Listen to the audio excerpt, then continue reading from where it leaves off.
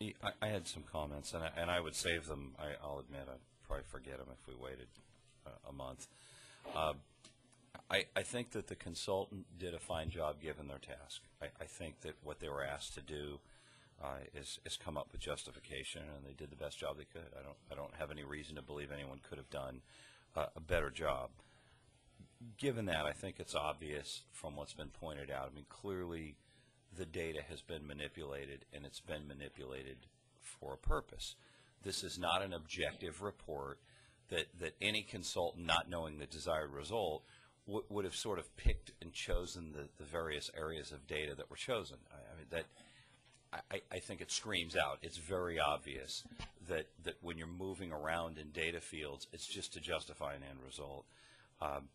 I don't believe that there's any objective expert that we would find. I don't think anyone would even attempt to make the argument tonight that any objective report would have reached the conclusion that there's legal blight. I mean, there's no way. The legal standard for blight, based on the California Court of Appeal, not anyone in this room, this is the legal standard. And the legal standard, it's been a while, is that blight is expressed by the kind of inner-city slum conditions described in Bunker Hill, acceptable living conditions of 82%. That's what the Court of Appeal says. Those are the standards. We're not even in that realm. We're not even in the discussion realm when we're at 5% or below. And again, these are sort of manipulated data to get to 5%.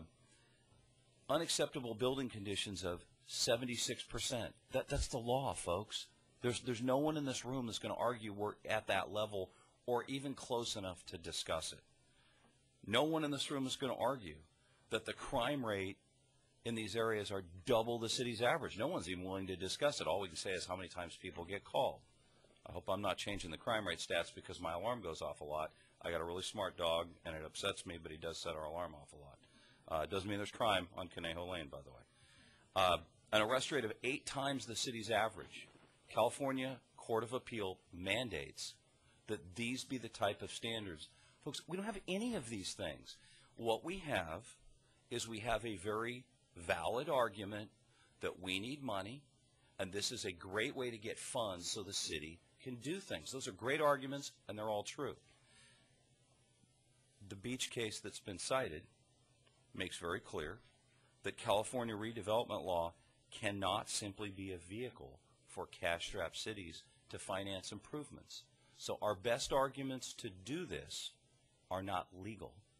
And not legal, I'm not suggesting they're not made by lawyers. You're not allowed to do it for those reasons, even though they're valid reasons. Mr. Phelps got up and eloquently talked about some of the benefits, but conspicuously absent is there's no admission that he owned blighted property. I mean, he didn't, and no one would suggest he did. The only argument that could be made is this is a way to benefit, and that's right, it is. We all want to benefit our city. Everyone up here. We all think differently, but we all have a common purpose. We all want to benefit Fullerton, and none of us want to send Fullerton's money somewhere else. I'm ashamed of the way the state's run, but that's not the issue. Can we meet a legal standard that's been clearly defined? We aren't even at 20%. Heck, we're not even at 10. And these standards are well above 75% on all of these data analysis categories. We can't in our wildest dreams make a finding of blight. Don't confuse that with whether I'm happy that that's the circumstance. It has nothing to do with it. But that is an honest assessment of the facts. And based on that, I think, unfortunately, whether we would prefer the truth be different, it isn't. And I would suggest that despite our desire to finance improvements, despite our need, because it's real, we need to, sure would benefit us, we have no legal basis to hold further meetings on this because the facts that have been elicited by our consultant, as hard as he tried, the best he could do, isn't even in the realm of discussion for blight.